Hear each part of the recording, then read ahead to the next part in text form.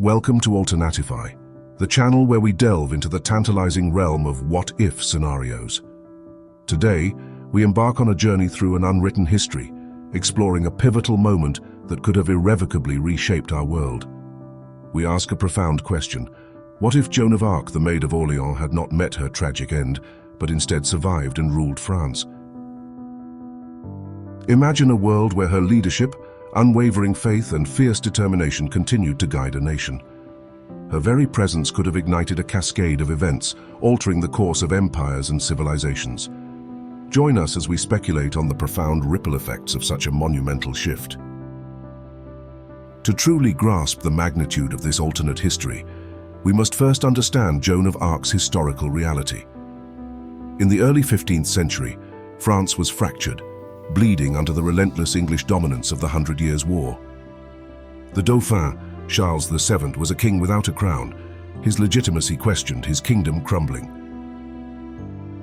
Then a peasant girl emerged, claiming divine guidance. Joan of Arc, with her extraordinary courage and strategic insight, galvanized the French forces. Her miraculous victory at Orleans lifted the siege, turning the tide of the war and leading to Charles VII's coronation at Reims. She became a living symbol of hope, a military strategist whose brilliance defied her humble origins.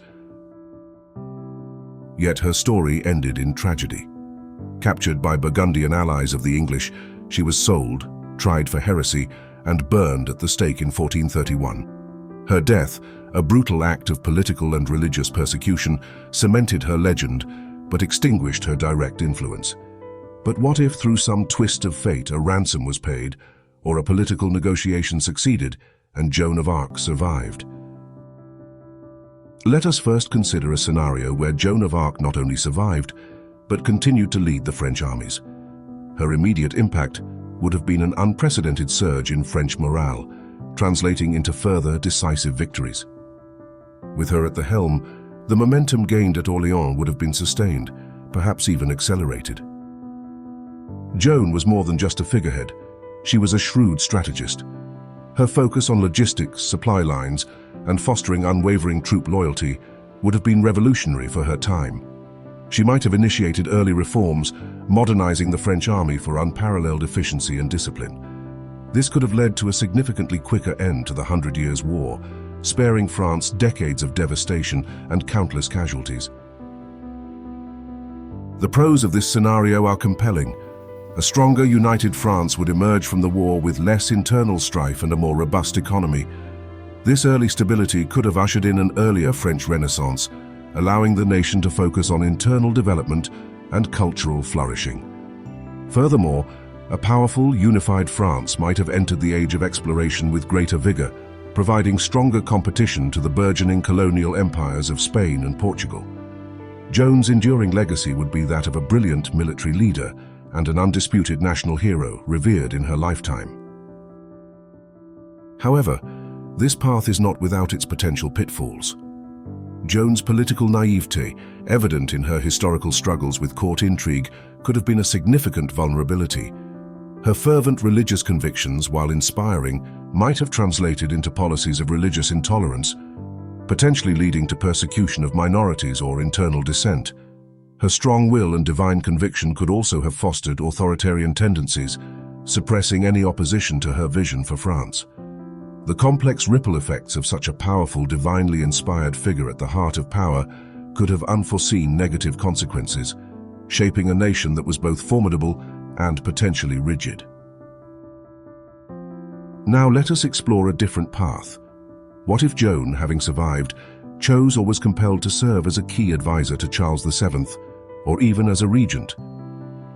Her immense influence, born from her divine mandate and military triumphs, would have profoundly shaped French court policies. She would have been an undeniable force, her voice carrying immense weight in the halls of power. Joan would likely have advocated for sweeping reforms across various sectors. Her experiences on the battlefield would have informed military restructuring, while her understanding of the common people's plight could have driven legal and economic improvements. She might have championed education, arts, and even scientific advancements, seeing them as vital for a strong and enlightened France. Furthermore, her strategic mind could have fostered stronger alliances with other European powers, creating a formidable diplomatic network. The long-term stability for France under such guidance would be immense. With a clear vision and strong leadership, France could have become a cultural flourishing, a true center of art, literature and science much earlier than in our timeline. Stronger alliances would provide protection from external threats, allowing France to prosper in relative peace. Inspired by Joan's inherent sense of justice, this society might have become more equitable, improving the lives of ordinary people and fostering a greater sense of national unity. Yet this scenario also presents its own set of challenges. Courtly intrigue, a constant threat in any monarchy, would undoubtedly have targeted Joan. Jealous nobles and entrenched interests would resist her reforms, viewing her as an outsider or a threat to their power. Her strong religious convictions, while beneficial in some aspects, could also lead to religious conflicts, potentially sparking civil unrest if her policies were perceived as too rigid or exclusionary.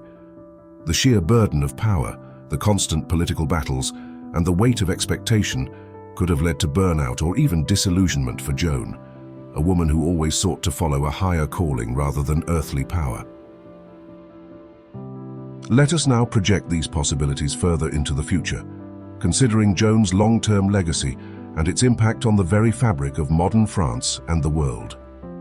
With Joan's continued influence, France could have emerged as an earlier global superpower, its trajectory fundamentally altered. Imagine a French colonial empire expanding far more rapidly and pervasively, its influence stretching across continents. The French Revolution, a cataclysmic event in our timeline, might have taken a vastly different course, perhaps less violent, or even been entirely averted. A France guided by Joan's principles of justice and unity might have evolved more organically, addressing societal inequalities without the need for such radical upheaval. This would, in turn, have profoundly altered international relations, impacting nations like England and even the nascent United States in ways we can only begin to fathom. The pros of this scenario paint a picture of a potentially more powerful France, one that could have been a force for good, peace and justice on the global stage. This would lead to a dramatically different world order, with a shifted balance of power and potentially fewer conflicts. A more dominant French culture might have fostered greater cultural diversity through exchange, leading to a deeper understanding between peoples. Inspired by Joan's unwavering commitment to justice, this world might have become more equitable, with her ideals permeating global governance. However, the cons are equally stark and sobering. French hegemony, while potentially benevolent, could also have led to domination and the suppression of other cultures, stifling their unique development. Increased conflict might arise from new power shifts, as other nations resisted French dominance or sought to carve out their own spheres of influence. This could lead to cultural homogenization, where the pervasive French influence diminishes the rich tapestry of global diversity.